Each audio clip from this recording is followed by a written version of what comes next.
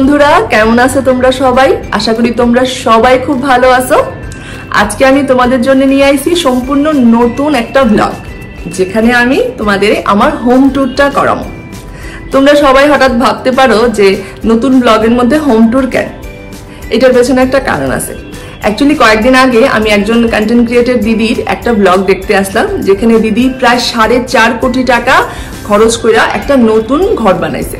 আর ঘরটা এত সুন্দর আর এত সুন্দর করে ঘরটা সাজানো হয়েছে, যেটা আমি তোমাদের এইভাবে বুঝাতে পারতাম না। তোমরা যদি কেউ দেখা থাকো তাহলে বুঝবা। তো দিদির সেই ব্লগটা দেখা আমার মনে হয়েছে যে প্রায় 3.5 বছর আগে আমিও নতুন ঘর বানাইছি। তো এত টাকা আমি খরচ করতে পারছি না। ধরো দিদি যেই টাকাটা খরচ করছে সেটার 4 ভাগের 1 ভাগ তারও কম টাকা খরচ করে আমি আমার নতুন ঘরটা বানাইছি। তো আর সাজানোর কথা যদি কও, সাজানো এখনো তো শেষ হয় নাই। আস্তে আস্তে করে আমি যতটুকু পারতেছি আস্তে আস্তে করে সাজাতেছি। কিন্তু আমার মনে হয়েছে যে তোমাদের সঙ্গে আমার এই যে জার্নিটা, এটা একটু শেয়ার করা দরকার। তো আমি কেমন ভাবে সাজাইছি, আমার ঘরটা ঠিক কেমন, তো সেটাই নিয়ে আমি আজকে তোমাদের জন্য একটা নতুন ব্লগ নিয়ে আইছি। তোমরা সবাই সঙ্গে থাকো। তো চলো তোমাদের আমার ঘরের ভেতরে নিয়ে যাই। তো বন্ধুরা, এটা আমার বাড়ির মেইন গেট। এই গেট দিয়েই আমার বাড়িতে ঢুকতে হয়। তো চলো আমরা বাড়ির ভেতরে ঢুকি। এটা হলো গ্যারেজ, যেখানে সবাই যারা আমাদের বাড়িতে থাকে ছেলেরা, তাদের বাইকগুলো এখানে সব রাখা হয়। আর এটা এখানে একটা কাগজ ফুলের গাছ রাখা আছে, কিন্তু এটা ভাবছি ছাদে উঠায় নেব, কারণ যেহেতু এটা রাস্তার দিকে ডালপালা, তো ডালপালা ভাঙ্গা কি হয়, চড়ে নিয়ে যায়। হয়তো মর্নিং ওয়াক করতে যারা আসে তারা ডাল ভাঙ্গা নিয়ে যায়। তো ভাবছি এটারে ছাদে তুলে দিব। তো চলো এবার মেইন বিল্ডিং এ ঢুকি। এটা একটা কলাপসিবল, যেটা খুললা তুমি সিঁড়ি দিয়ে আমার ঘরে ঢুকবা। আর সিঁড়ি দিয়ে উঠতে উঠতে কিছু ইনডোর প্ল্যান্টস দেখবা। এটা আমার ঠাকুর ঘর। ঠাকুর ঘরটাও তোমাদের আমি আলাদা ব্লগে দেখাবো। এই হলো আমার ইনডোর প্ল্যান্ট। আর এই যে পটটা দেখতেছো, এটা একটা দইয়ের হাঁড়ি, যেটারে আমি কালার করছিলাম।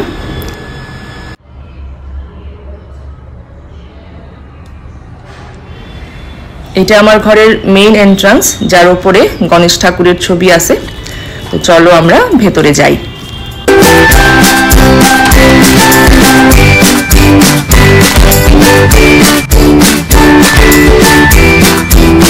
যেহেতু এখন শীতকাল, তার লিগে ফ্লোরে একটা ম্যাট পাতা আছে।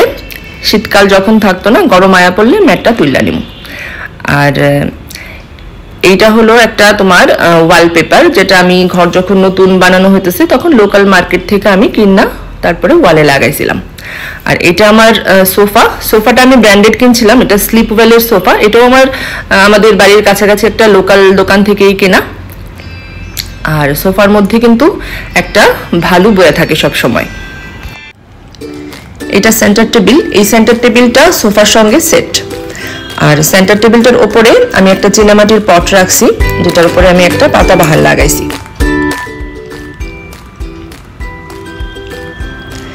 এই পর্দাগুলোও আমি অনলাইন কিনছিলাম নতুন ঘর করার পরে।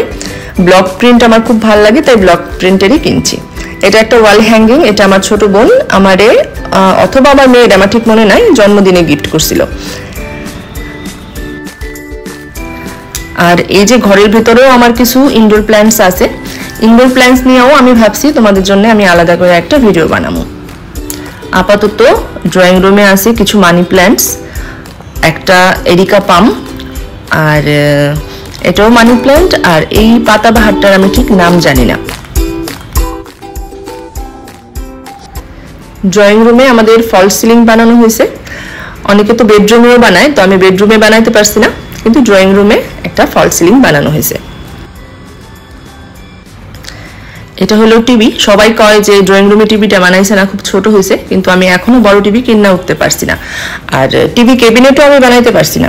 এই যে র্যাকটা তোমরা দেখতেছো, এটা আমার হাজবেন্ড বানাইছিল খুব সম্ভবত শু র্যাক হিসেবে, কিন্তু আমি এখানে জুতা রাখতে দিই নাই। আমি এটা টিভি ক্যাবিনেট বানাই নিয়েছি। আর এটার উপরে কিছু ইনডোর প্ল্যান্টসও রেখে দিছি। এই যে ফাঁকিবাজি কাজগুলো, এগুলো আমি মাঝে মধ্যে করি।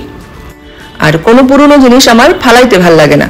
যেমন এই যে তোমরা কাচের কর্নার র্যাকটা দেখতেছো, এটা কিন্তু 4টা 5টা র্যাক আসিল। তো উপরের সবগুলা ভেঙে গেছে, দুইটার এক বাচ্চা আছে, তো ওইগুলোর আমি ধুইয়া ঘরে নিয়ে আইছি। এগুলোর মধ্যে এখন তোমার ইনডোর প্ল্যান্ট রাখা যায়। তো ফাঁকিবাজি কাজগুলো আমি মাঝে মধ্যে করি, এখন তোমরাও দেখবা আমি কি কি ফাঁকিবাজি করি ঘরে। অ্যাকচুয়ালি সবসময় কিন্তু নতুন জিনিস কেনা যায় না, তো তার লেগে আমি কি করি, পুরোনো জিনিসগুলোরই কাজে লাগাই দিই। মেইন দরজার উপরেও কিন্তু আমার গণেশ ঠাকুরের একটা ছবি আছে। আর এই হতেছে আমার ডাইনিং টেবিল, যেখানে কিছু আর্টিফিশিয়াল ফুল রাখা আছে।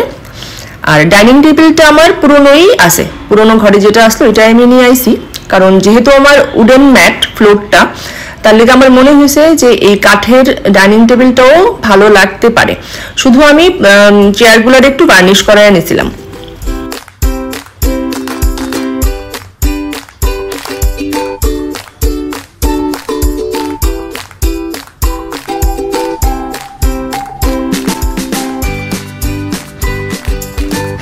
ডাইনিং টেবিলের ঠিক পাশেই ওয়াশ বেসিন, যেখানে একটা ব্রোকেন হার্ট লাগানো আছে। তো ভাবছি এই গাছটারে আমি বাইরে বাইরে করে নিব, কারণ শুনছি এই গাছটা থাকলে নাকি খুব ঝগড়াঝাটি হয়, তো তাই এই গাছটারে আমি বাইরে বাইরে করে নিব। আর পাশেই আছে একটা স্নেক প্ল্যান্টস, আর একটা আয়না লাগানো আছে, যাতে খাওয়ার পরে মুখ টুক ধুইয়া চেহারাটা একটু দেখে নেওয়া যায়।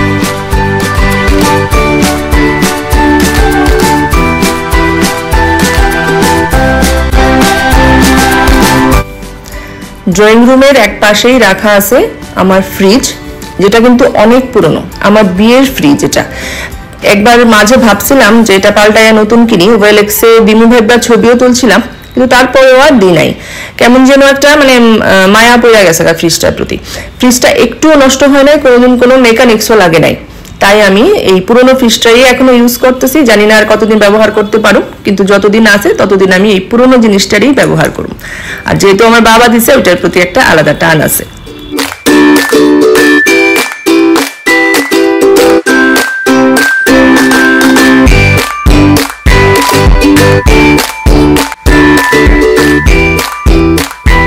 তো বন্ধুরা, এতক্ষণ তোমরা আমার ড্রয়িং রুমটা দেখলা।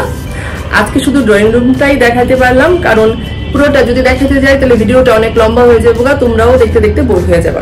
তো তার লেগা আমি আস্তে আস্তে এক একটা ব্লগে এক একটা জিনিস তোমরা দেখাবো। একদিন কিচেন দেখাবো, একদিন আমার বেডরুম দেখাবো, একদিন আমার ছাদের বাগান দেখাবো। তো তার লেগে আজকে শুধু আমি ড্রয়িং রুমটাই দেখাইলাম। তো তোমরা কেমন লাগছে সেটা কিন্তু তোমরা আমারে কমেন্ট করে জানাইবা। আর যদি কোনো কিছু তোমাদের মনে হয় যে আমার ড্রয়িং রুমে আরো এমন কিছু হতে পারে যার লেগা ড্রয়িং রুমটা আরেকটু সুন্দর লাগতে পারে, তো তোমাদের যদি কোনো মতামত থাকে সেটাও কিন্তু তোমরা আমারে জানাইবা। তো যাদের আমার ভিডিওটা ভালো লাগছে তোমরা আমারে ফলো করো, লাইক করো, আর পারলে একটা শেয়ার করে দিও।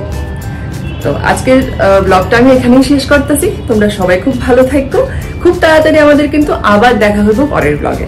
সবাই ভালো থাকো, টাটা।